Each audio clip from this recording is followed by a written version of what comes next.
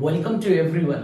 और मैं ये उम्मीद करता हूं कि आपने पिछली वीडियोस में मैंने जितने भी टेक्निक्स बताए हैं सबका बहुत अच्छे से उपयोग किया होगा और आपको अमेजिंग रिजल्ट्स मिल रहे होंगे। जैसा कि मैंने पिछले क्लासेस में पिछले वीडियोस में आपको बहुत सारे टेक्निक्स शेयर किया, उसको आप अप्लाई भी कर रहे होंगे। तो ये बहुत जरूरी है कि आपने जो सीखा उसका अप्लाई करें, क्योंकि डॉक्टर आपको दवा तो दे सकता है लेकिन समय समय पे आपको लेना बहुत जरूरी है। इसीलिए कहते हैं ना कि अपने काम को धड़कन बना लो, अपने काम को धड़कन बना लो, सफलता ऑक्सीजन बन जाएगी। आज हम बहुत ही एक और पावरफुल टेक्निक्स वो सीखने वाले हैं। जो स्टूडेंट्स को बहुत सारी समस्याएं होती हैं कि सर मुझे सही समय पे याद नहीं आता, रिकॉलिंग के पावर को कैसे बढ़ाएं, कैसे हमने जो भी पढ़ाई किया उसे सही समय पे कैसे याद करें। जिस तरीके से खाने के बाद डाइजेस्ट पचाना जरूरी होता है, उसी तरीके से आपने जो भी पढ़ाई किया उसे अपने दिमाग में स्टोर करना भी बहुत जरूरी है। आप कितना पढ़ाई करते हैं, 10 घंटा, 12 घंटा, 15 घंटा, 8 घंटा, इससे कोई फर्क नहीं पड़ता है। फर्क ये पड़ता है कि आपने जो पढ़ाई किया वो कितना आपके दिमाग में रजिस्टर्ड हुआ और सही समय पे आप उसको कितना रिकॉल कर पा रहे हैं। क्योंकि हम पढ़ने के लिए तो टाइम बनाते हैं, कोचिंग के लिए टाइम हमारा फिक्स्ड है, स्कूल का टाइम फिक्स्ड है, कितना पढ़ना है, एग्जाम कब होने वाला है, सब कुछ शेड्यूल है। त्योहार कब है इसका भी हमारा शेड्यूल है, छुट्टी में कब जाना है, दोस्तों से कब मिलना है, पिकनिक पे कब जाना है, ये शेड्यूल सब फिक्स्ड है।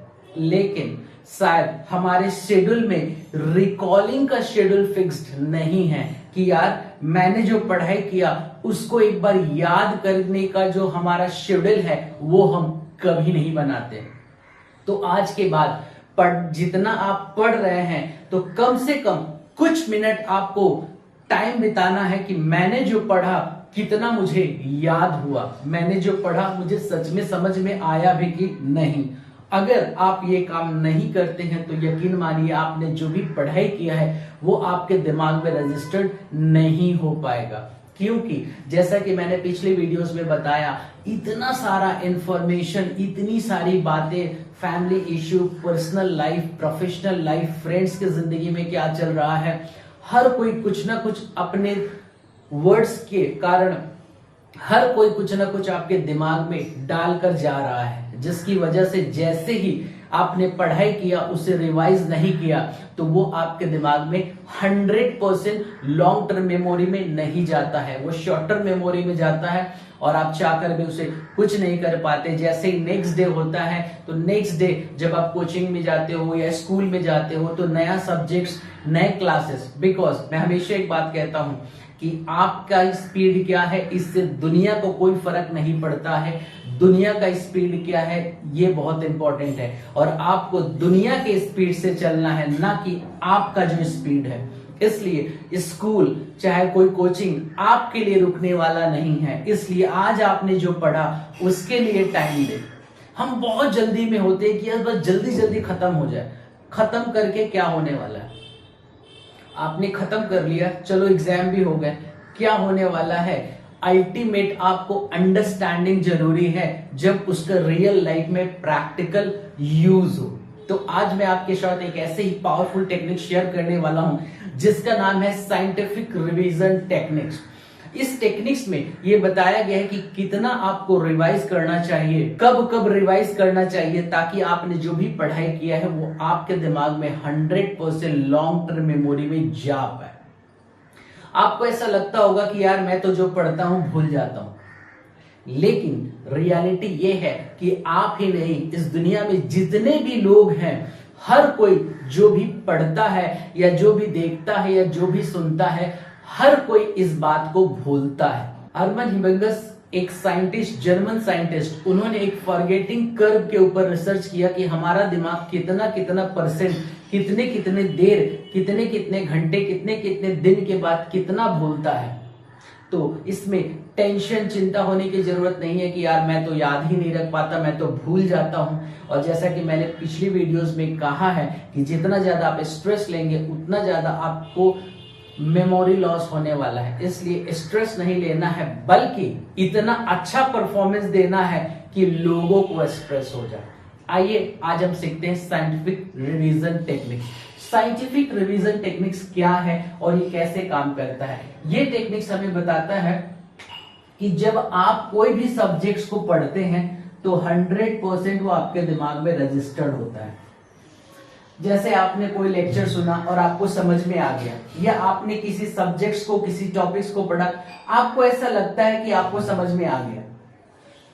कभी कभी क्या होता है कि हम ये कंफ्यूजन में रहते हैं कि मुझे समझ में आया कि नहीं, बट हम ये मान के चलते हैं कि हमें आ गया। तो ऐसा नहीं है। आप एक दो बार जब पढ़ेंगे तो आपको एक बेसिक आइडिया हो जाता है कि कितना आपको समझ में आया, क्योंकि आप दुनिया को कुछ भी बोल सकते हो, लेकिन आपको रियलिटी में पता है कि आपको कितना समझ में आया है, कितना समझ में नहीं आया है। तो मैं ये मान के चलता हूं कि जो भी आपने पढ़ा आपको 100% समझ में आ गया। 1 घंटे बाद पता है क्या होगा? 1 घंटे बाद ऑटोमेटिकली आपके दिमाग में सिर्फ 44% रहने वाला है, 56% गायब होने वाला है, यानी आप भूलने वाले हो। 1 घंटे के बाद 44% ही बचने वाला है और 56% आप भूलने वाले हो। That's the reality. 1 घंटे के बाद 44% बचेगा, 56% आप भूलने वाले हो।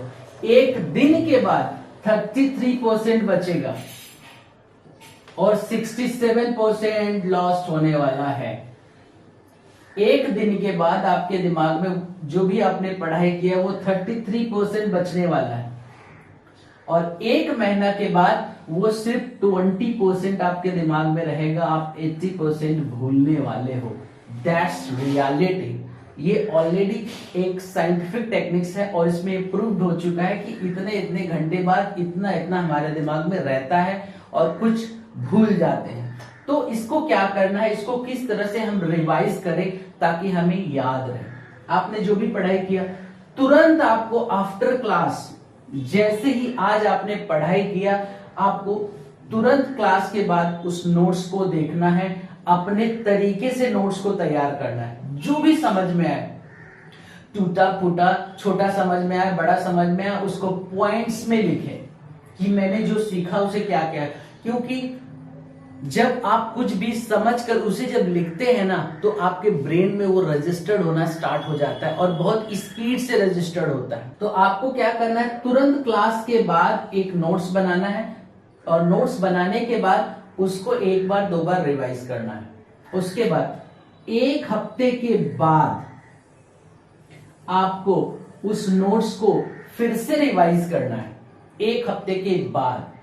क्योंकि जब आप स्टार्टिंग में इसको पढ़ेंगे, रिवाइज करेंगे तो ये बहुत टाइम लगेगा, लेकिन कुछ दिन बाद फिर आप जस्ट इसको देखेंगे, 2-3 पॉइंट्स इधर उधर देखेंगे, आपको याद आ जाएगा कि अच्छा इसमें ये था, इसमें ये था। फिर टाइम नहीं लगने वाला है, लेकिन आपको टाइम देना है। अगर आप टाइम नहीं देंगे तो आपको याद नहीं होने वाला। जैसे हम कोई सॉन्ग सुनते हैं, फॉर एग्जाम्पल हम गाना सुनते हैं तो स्टार्टिंग में हमको याद नहीं होता, कुछ बोल याद होते हैं, कुछ वर्ड्स याद होते हैं, लेकिन जब आप उसको 2 बार 3 बार 4 बार सुनते हैं तो उसकी सारी लाइनें हमें याद हो जाती हैं और ये भी पता होता है कि इसके बाद कौन सा म्यूजिक आने वाला है, इसके बाद क्या होने वाला है। तो इस सेम तरीके से सब्जेक्ट्स भी है। जब आप 1 बार 2 बार पढ़ेंगे तो आपको याद नहीं होगा, लेकिन 3-4 बार आप जब पढ़ेंगे तो आपको बहुत कुछ समझ में आएगा और जब रिवीजन करेंगे तो बहुत इजी हो जाएगा। 1 हफ्ते के बाद आपको रिवाइज करना है और उसके बाद 1 मंथ के अंदर आपको रिवाइज करना है।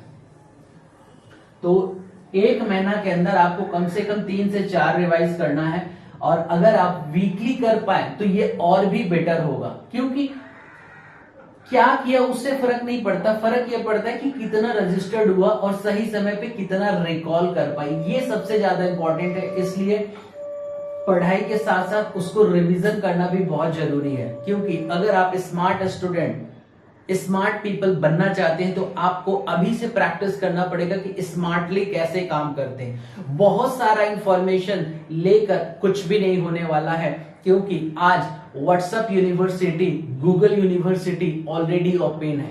इंफॉर्मेशन का कोई वैल्यू नहीं है। आप बोलते हो कि मुझे बहुत कुछ पता है, इससे कोई फर्क नहीं पड़ता। फर्क इससे पड़ता है कि जब हमें जरूरत पड़ी तब हम इंफॉर्मेशन को रिकॉल कर पाए। इसलिए थोड़ा ही सही, छोटा ही सही, जो भी जाने डिटेल्स में जाने, अच्छे से जाने और लोगों को समझा पाए, दैट इज नॉलेज।